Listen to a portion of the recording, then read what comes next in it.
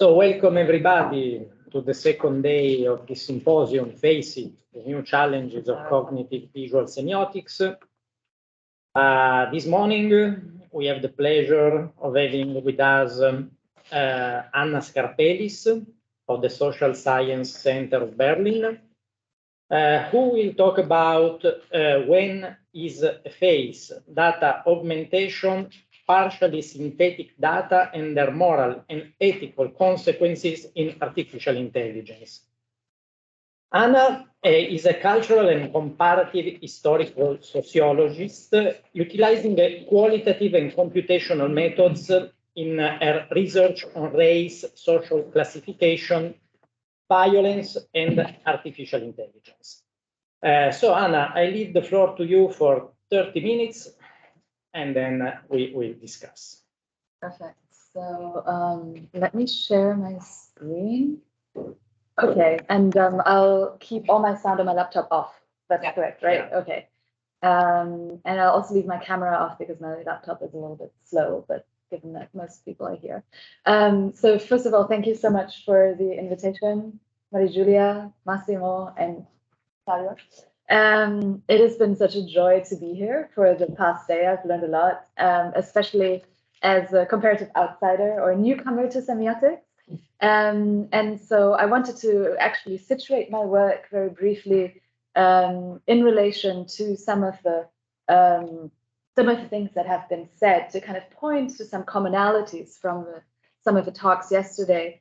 So what I picked up on, especially in the introductory lecture, and where I see big commonalities between the study of semiotics and what sociologists are doing, especially cultural sociologists, are questions about thinking about how meaning is generated through difference, to think about different sorting mechanisms.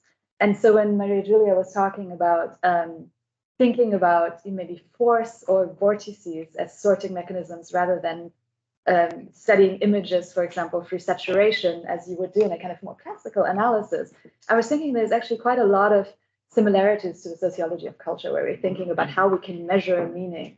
Massimo, of course, when he was talking about morphology of search engines and about this kind of holistic understanding of singularities, we're also trying to get out of these kind of more narrow ways of measuring things. And so there's big overlaps there too. And of course, Claudio's questions are traditional, like STS question, right? What is truth? Who gets to say this? Who are the gatekeepers? What are the standards by which things are adjudicated? So my larger project that this is a part of, and really the kind of final chapter of my book, is about how race gets located in the body. So it's called Racial Vision, Failed Projects of Human Difference. So it looks at history from the 18th century, especially starting in enslaving nations, when race becomes a very important criterion for differentiation. And it looks at how scientists and the state are starting to locate race in the body. So these projects, so look at the practice of scientists and of states and at the cultural objects that result from this. So this has to do in some senses with discrimination, of course, because it's a history of violence, it's a history of discrimination, but I'm mostly interested not really in improving systems that contain bias, as the kind of algorithmic justice literature is trying to do. So my goal is not really to de-bias, but to look at these forms of scientific practice and how they continue to exist through various iterations throughout centuries. And I look at how bias and discrimination is generated over time. So it's not so much a reformist aim that underlies the project. It is more an attempt to understand how discrimination can be with us century after century after century. And so today's talk is called When is a Face, Data Augmentation, Partially Synthetic Data, and Moral Ethical Consequences in AI. So I want us to look at this image that I put up. So there's four photographs on the slide, right? We can see the photos of one woman and three men.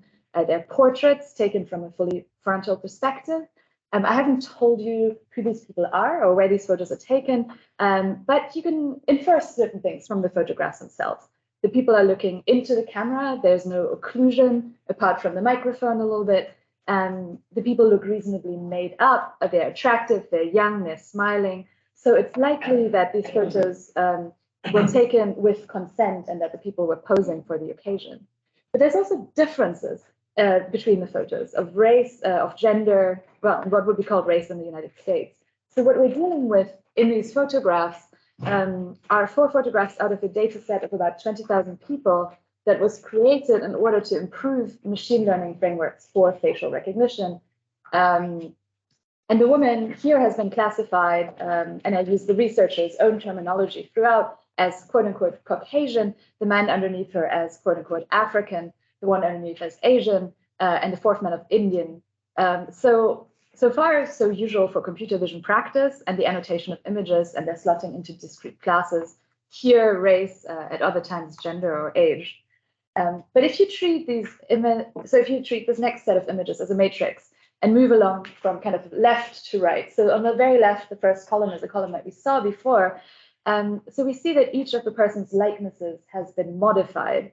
So again, in the language of the researchers who produced these images, the woman's face has been translated by means of a machine learning framework from Caucasian into different racial category, African, Asian, Indian. And the same happens for everybody else. So there are these forms of quote unquote racial translation.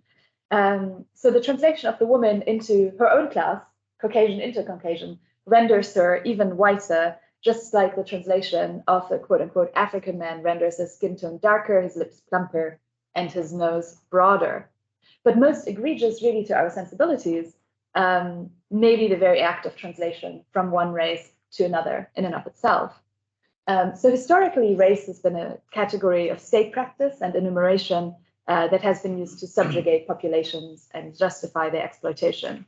Of course, race remains a relevant category in the United States for sure of practice today. So if you think about categories like affirmative action, racial classification remains a meaningful criterion for social differentiation. So race today, of course, is for the most part understood to be a pseudo-scientific category. So people don't think that there's any real biological grounding in it, but also one that is immutable and unchangeable. So you don't change race over the life course. You might change gender, although there's also discussion about what language you should talk about there. But with race, there's this agreement that it's immutable. So and that is one of the very few social categories that is presumed to be stable over the life course. So what is unusual here is this idea that a person could change race. Societies are in the business of being terribly awkward about race, but also very serious at the same time, as we've seen in cases of racial trespassing, like Rachel Dolezal, where people pretend that they belong to a racial minority group for a benefit.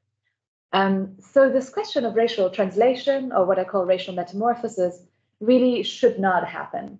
And in the rare cases when it happens, it's socially sanctioned, especially when it's found to be a deceptive practice. So bearing all of this in mind, when you look at this matrix of people, the matrix of images becomes confusing, even paradoxical. It raises the question of under what circumstances this morphing between ascribed categories could become permissible or even desirable. So the obvious question here is to ask, well, what possible real-life scenario or social problem could motivate this technological solution? Why did computer vision engineers turn white people black, Asian people Indian, etc.? And to follow up, the kind of broader sociological question is, what can this case tell us about how AI is reorganizing the social? Or differently, does, and if so, how, this shift from analog to digital alter the ways in which the world is made out? So it's important to me to ask both questions jointly, because buying into the self-declared logics of engineers risks accepting and naturalizing the narratives as legitimate normative concerns. And it's precisely kind of the gift of kind of critical social science and critical humanities to contest our interlocutors' narratives, especially when it's about scientific practice that has immense social consequences. So let me give you a quick overview over the structure of the talk. So first, I will deliver on my promise and tell you about the motivations behind the racial translation paper. So why did people think this was a thing that should be done? Then how are these missing people restored? So the problem is missing Black people from computer vision training data sets. And lastly, what are the implications for what a person is or becomes as a consequence of being datafied?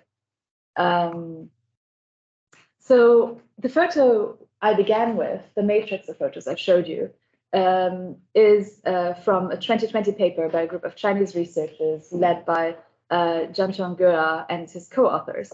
So they identified a salient social problem in facial recognition, namely that there's a strong bias on recognition accuracy in these systems. So this is because, as algorithmic justice scholars have shown, biased training data leads to super biased outcomes. So to give an example from the realm of policing, the lack of equal representation of faces of non-white people has led to their misclassification.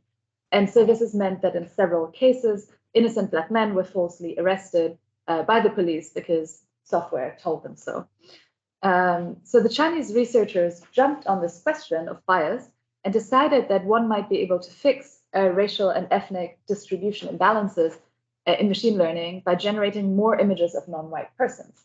But because they saw collecting new data, as in like taking photographs in the wild, so to say, as too expensive, their proposal was to generate new images from existing ones through a class of machine learning models called generative adversarial models, or GAMs.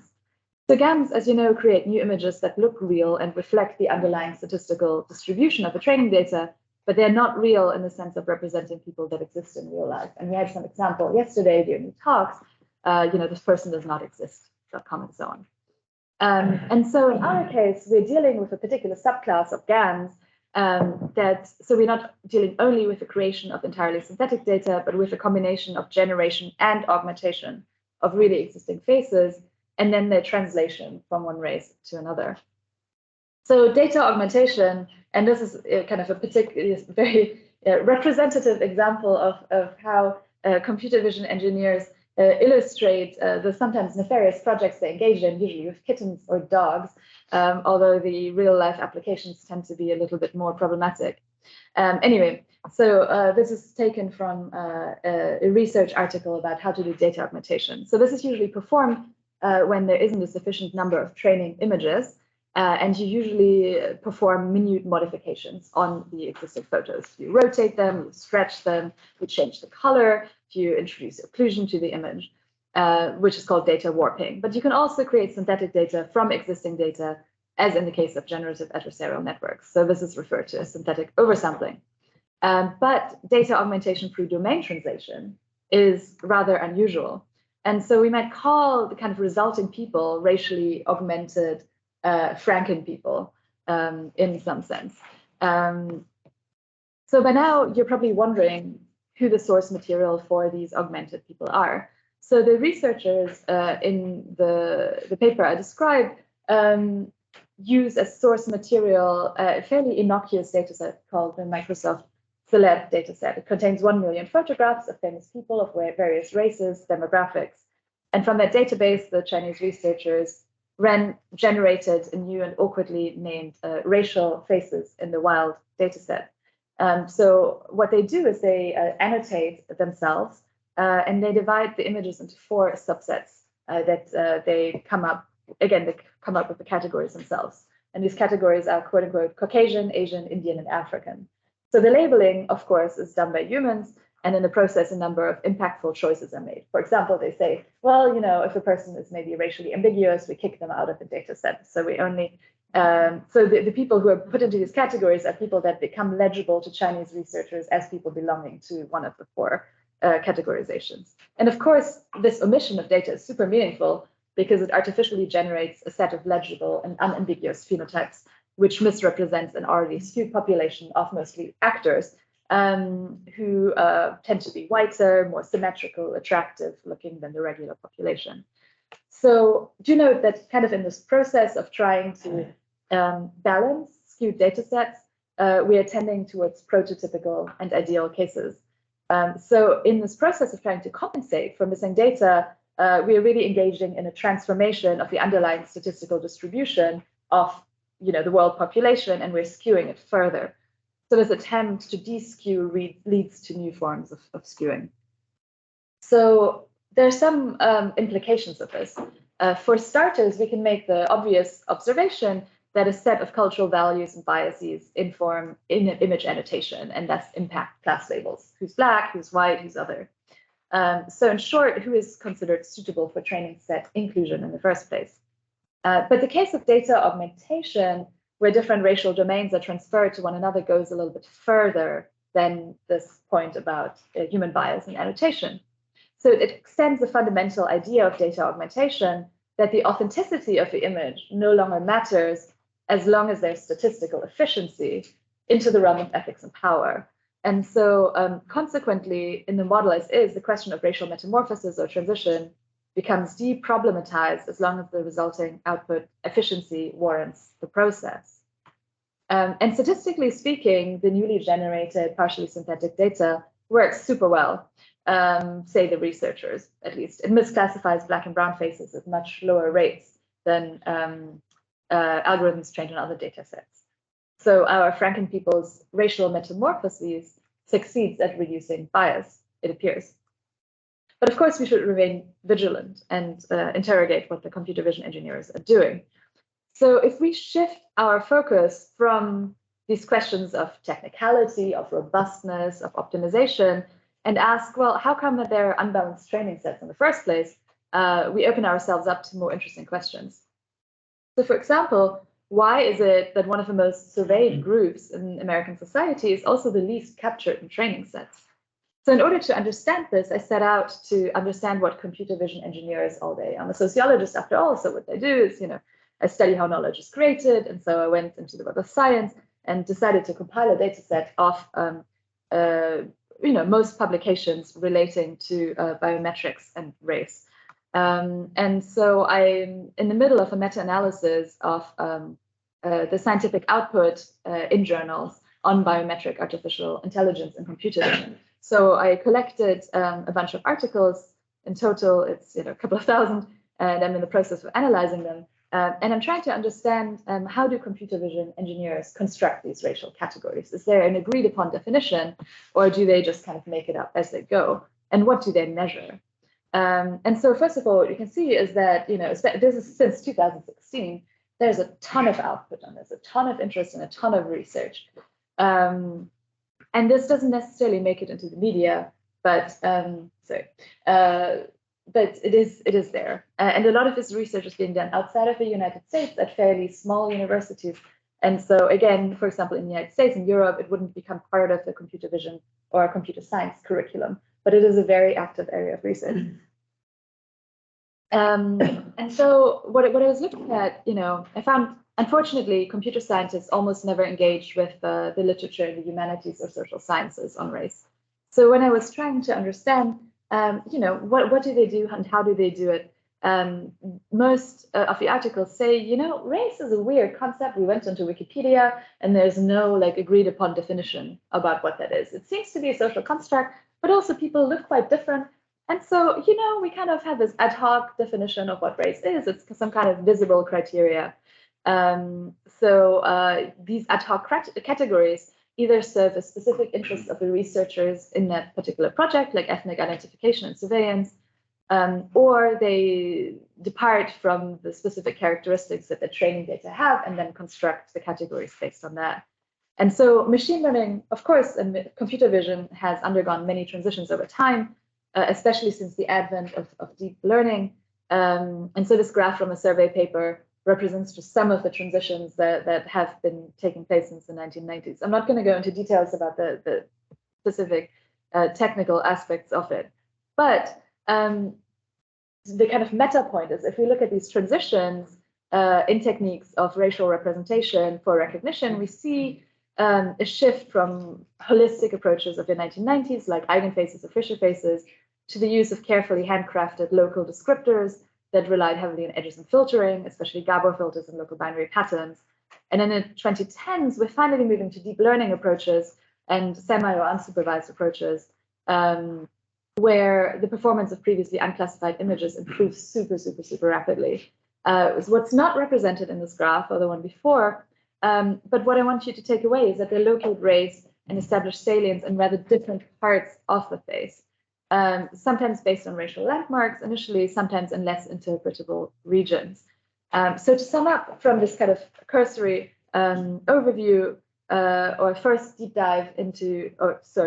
superficial dive into this vast literature, what we can take away is that there's no field-specific agreement on what race is, how to measure it, just that the face is a privileged region on the human body where race can be identified. And it's not about color, skin tone, which is interesting because sociologists always measure skin tone. So if you look at how surveys work, social scientific surveys, they always measure skin tone as a main aspect that differentiates people, especially in the United States. But here, skin tone really doesn't matter. It's all about facial features in the face. And so let me zoom out and return to the questions I posed at the beginning. So why did the computer vision engineers turn white people black? And what can this tell us about how AI is reorganizing social? So the first question can be easily answered. They want to balance data sets and improve classification accuracy of machine learning frameworks. And they succeed. Great. The second question is a little bit harder to tackle. And I want to focus on just 3 possible ways of answering it from the perspective of historical continuity and change. So like what is changing in this transition from the analog to the digital? The second part is the transition from the analog to the digital and the implications for the category of personhood. And so this is again where the sociology person comes in. What does this mean for subjectivity, for the construction of the person? And so, of course, the moment we discuss questions of categories and data and think about, it serves us well to think about these from the perspective of materiality of data and its infrastructures. So Livmanovic, who came up yesterday already, called the database the major cultural form of the 21st century.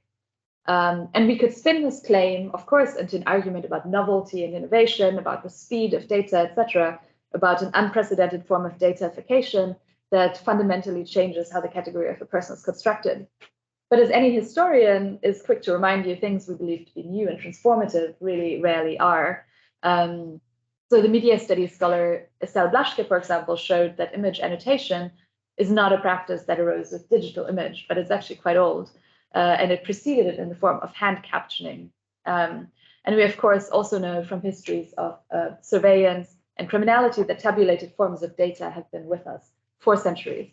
And sociologists of technology and American studies scholars have engaged with these complex histories of how race and technology intersect. And I merely gesture at the research here in order to come to some tentative conclusions. So what was interesting to me when I was looking at what is happening in these attempts by computer vision engineers to fix what race is and to measure it, is that there is, of course, this ethical and moral distance to the populations. So matters of consent and ethics in the production of the photographs is not really considered by engineers for the most part. But what also struck me is that there's this, in addition to this ethical and moral distance, there's also really a thinness of the data or distance from the person. And this might be perplexing at first, because the moment we talk about AI, we talk about big data in the sense of a lot of input, right? So we think there is a thickness to data that didn't exist before because of the affordances of technology. But this thinness, I would say, is further exacerbated by another kind of distancing, that of a representation really of the object. Because computers cannot usually work with the real life object of the human face, thankfully. It works with a representation of it, so a 2D image, right? So you take a digital image and then you analyze that. The image becomes decomposed into vectors and then you take it from there. So the input is a representation of a real world object that operations are performed on. So the representation of the face, rather than the face itself, acquires an outsized importance, and the real life object is reduced to mere data input. So everything necessary for an analysis and establishment of race has to be contained within this representation rather than person. And the real life counterpart has no capacity to supplement, to speak back, to utter, what they think about, how they self-identify. So of course, this has obvious consequences for a multimodal construct like race. And my colleagues who work in the private sector, but are trained sociologists like Alex Hanna and so on, who work on algorithms and ethics, have pointed this out, right? That you have a multimodal construct like race, it's constructed and compressed, and that has obvious consequences. So the kind of conclusion from this is that computer vision technologies, in a sense, are more data poor than earlier technologies of racial persecution. So my expertise during my PhD, I worked on racial assessments in Nazi Germany. And so when you look at the historical ways in which German Nazi bureaucrats conducted racial assessments, these included not only photographs, but also what historical interlocutors would have referred to as quote unquote holistic assessments that included interviews, genealogical surveys, self-definition, and so on. And so the point that I want to make here is that in this transition from analog to digital, that does not necessarily lead to an expansion in the richness of data. So we have like an actual focusing and a kind of thinning of data. And last but not least, I kind of want to close by thinking through some of the implications AI has on personhood, on what it means to be an individual when seen by and through technologies. So the ways in which states and scientists create people through processes that philosophers like in hacking have called making up people are deeply consequential, even if the people so categorized do not share or consent to the classifications that are imposed on them. And so the case of, these Franken people, even if meaningful within broader socio-technical systems, is very rare. But the thinning of how racial meaning is assigned should be worrying to us. It generates new social categories that strip those who are classified as such of their histories and experiences. It reduces them to phenotype and in the process creates new forms of differentiation that may reflect real life differences even worse than ordinary demographic forms of ethno-racial classification that we use in surveys, for example. Let me close. I've spent the talk so far focusing on an empirical case that deals with long-standing histories of state power and surveillance. Of course, digitalization impacts much broader parts of society and is not uniquely good or bad. We know cases of political polarization as an outcome of an increasing use of metrics in journalism, job losses due to automation, the use of digital twins in biomedical situations, and so on. But what the specific case of making up people in facial recognition showcases is the potential really of the social sciences and the humanities for studying AI in a kind of holistic manner, in a way in which I think STEM fails to do so. And so, on the micro level, we can kind of study AI as a mode of analysis in which we unblack box opaque socio-technical systems, whether this is for critical code studies, looking at the materialities of data. And this will really allow us to understand what kind of knowledge creation AI-based approaches permit. On the meso level, we can look at local and organizational instantiations of AI. And so differently, we can look at AI as an organizational site for the exercise of expertise and the creation of professional vision. And I guess more globally, we can treat specific instances of AI as a complex socio-technical system that shapes social categories and therefore acts back upon the world. And of course, because I'm a sociologist, I have to close with, this kind of like broader macro assessment of it. But yeah, I think I will close with this. How is the time? So, you have 2 more minutes. 2 more minutes. I think I will donate them. It's all over. Thank you very much.